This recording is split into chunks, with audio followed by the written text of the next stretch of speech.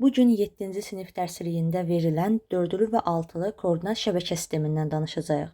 Planda kiçik ərazilər təsvir olunur və planda meridian və paralellər verilmir. Buna görə də coğrafi koordinatı təyin etmək mümkün deyil.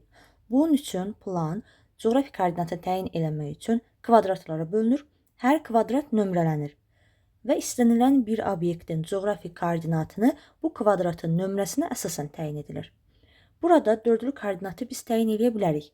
İstənilən bir ərazi bizə verilsə, məsələn, bu ərazi bizə verilsə, hər hansı bir obyekt, muzey, yeməkxana və s. ola bilər. Bu ərazinin dördlü koordinat sistemini təyin etməyimiz istənirsə, bunun üçün başlanğıc hissəyə kvadratın başlanğıc hissəsinə baxmaq lazımdır. İlk əvvəl enlik hissə, daha sonra uzunluq hissəsi yazılır. Deməli, bunun başlanğıc 18, bu hissəsi isə 44-dür.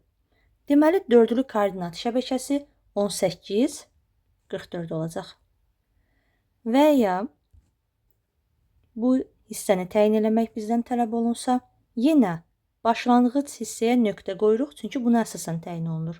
Və koordinatını buna əsasən təyin eləyirik. 19, birinci enlik hissəsi yazılır mütləq və 45. Deməli, bu ərazinin də dördlü koordinat şəbəkəsi 19, 45. Dördlü bu formada təyin olunur və dördlü altılıya nisbətən daha rahatdır.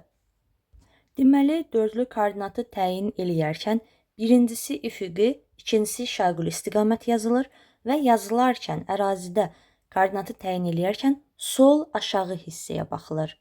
Ərazinin sol aşağı hissəsinə. Üfüqi istiqamətdə də sol aşağı, şaquli istiqamətdə də sol aşağı hissəyə əsasən təyin olunur. İndi isə altılı koordinat şəbəkə sistemini təyin eləyək. Altılını təyin eləmək üçün birinci dördlü koordinat sistemi təyin olunur. Burada bizə ərazi verilib və mavi rənglə göstərilib həmin ərazini tapmaq bizdən tələb olunur. Necə ki, dördlü koordinatı tapırıqsa eyni formada yazırıq. Sol aşağı hissədə birinci üfüqi, daha sonra şaquli istiqamətə baxılır. Yəni 62 və 33. Bu ərazinin ümumi dördlü koordinat şəbəkəsi oldu. Altılı üçün isə artıq ərazi kvadratlara bölünür, daha dəqiq təyin eləmək üçündür. 0-dan 9-a qədər yazılır, yəni 62 və 63 aşağı üfüq hissədə 62-63-ə qədər olan hissə bölünür kvadratlara və işarəli rəqəmlə yazılır. Yenə eyni formada kiçik kvadratı da tapmaq üçün fərqi yoxdur. Sol aşağı hissəyə hər hansı bir nöqtə qoyuruq. Burada gördüyünüz kimi başlanğıc hissə sol aşağıda 5, 62-nin yanında 5 yazıram. Yuxarı şaquli hissə isə başlanğıc 3-dür. Deməli 33-ün yanına da 3 yazıram. Bir də 62 və 33 bunun oldu dördlü koordinatı.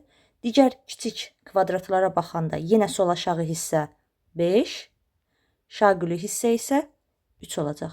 Bu da bunun altılı koordinat şəbəkəsinin təyin olunmasıdır. Başqa bir altılıya da baxa bilərik. Eyni formada birincisi dördlü yazılır. 32, yenə sol aşağı hissə üfüqi və şaquli. Birinci üfüqi 32.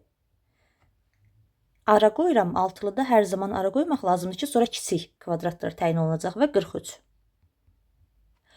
Burada da yenə kiçik kvadratlar 9-a qədər sayılır və bunu biz saysaq 1, 2, 3-cü hissəyə düşür.